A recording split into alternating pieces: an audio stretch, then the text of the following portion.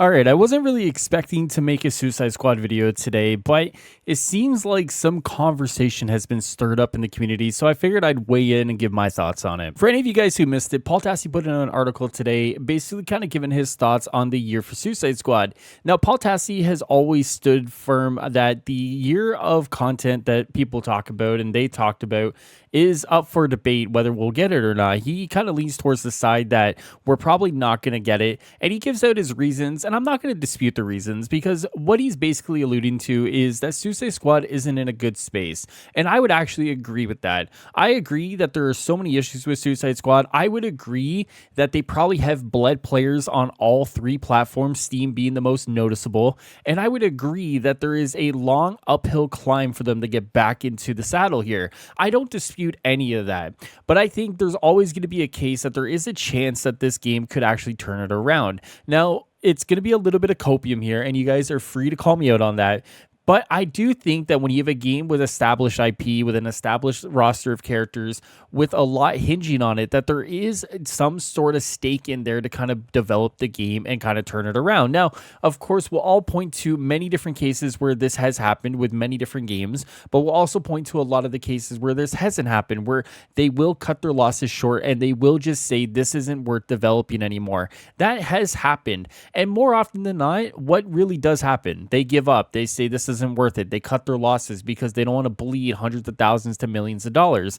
Now, is that going to be the case with Suicide Squad? Potentially not, but will people kind of point to a lot of these cases where things haven't gone the greatest of ways and say this is the future for Suicide Squad? Yeah, of course. And I'm not here to dispute it because until it happens, we really all don't know. It's all speculation. But to that point, to them not helping themselves, Miller and Jay Shockblast put out some tweets today, basically coinciding with all this speculation that's happening, and just saying, like, why aren't you guys talking about it? Because it is February 29th. This is the last day of February, and we know that until they say otherwise, that Joker is coming out in March. Now, could it be possible that Joker gets delayed?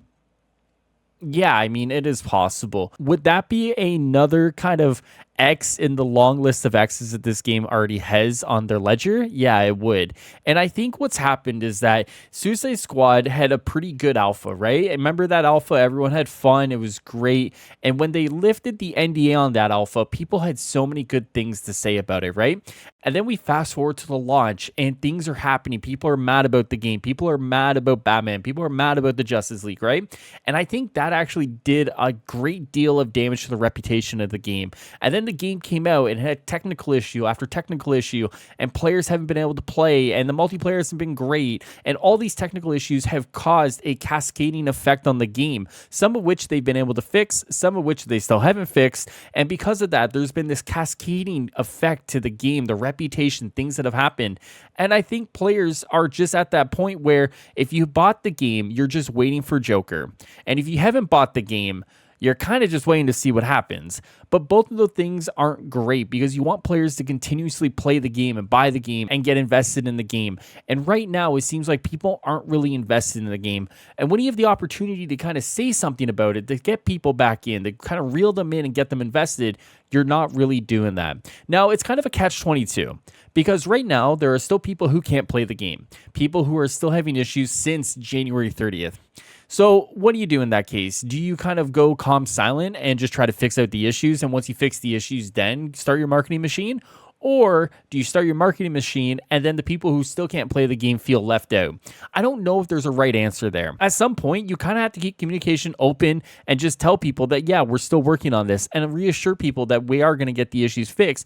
But on the other side of it, get people excited for the next thing, right? It's not an easy balance to kind of achieve here because either way, you're making people upset. Right now, there are people who are losing faith in this game, regardless of anything else, regardless if they're people who can't play the game, regardless of people who are just not able to kind of get invested because their content dry right now.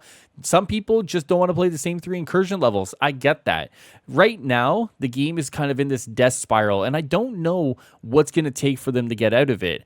At the end of the day, there are some things that they need to do. One of those is obviously fix the issues. And the second thing is get people excited. They are trying to get the issues fixed, so kudos to them. But on the other side of that, are they really trying to get people excited right now? No, they're not. But I think it points to another thing with live service games that people just aren't getting invested unless there's communication. On the other side of this, and Jay Shockblast made this point, is that Helldivers is getting a lot of good press for their openness to talk about things, the transparency.